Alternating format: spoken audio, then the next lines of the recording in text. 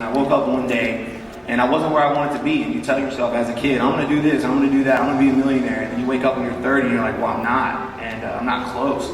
And then I brought a child into the world, and I remember seeing him born, and it was so weird. You talk about, whether you believe in God and the higher power, somebody speaks to you.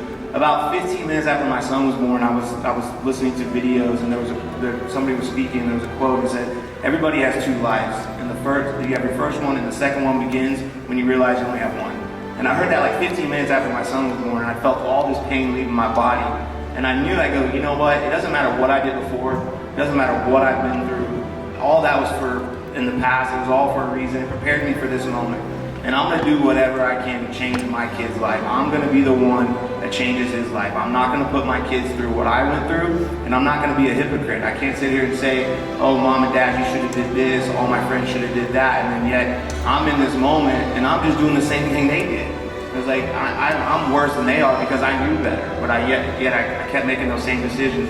And then look, I still make mistakes, and I still do, right?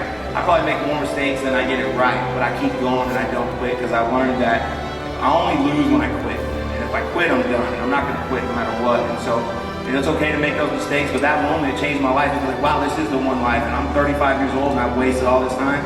I'm not wasting anymore. I'm going all in everything I do, and if it doesn't pertain to what I want to accomplish, I'm getting rid of it. If that person doesn't pertain to it, they're out of my life, and I'm gonna focus on myself and my family, because we always talk about, well, we want to change the world, we want to help both of those around us. You can't help those around us if you don't help yourself, right? It's not to be, super selfish, but you have to be at times. I call it selfishly unselfish, where in order for me to help you, I have to help myself, right? That moment just changed my life, and it kept me going, and I still stay true to that to this day.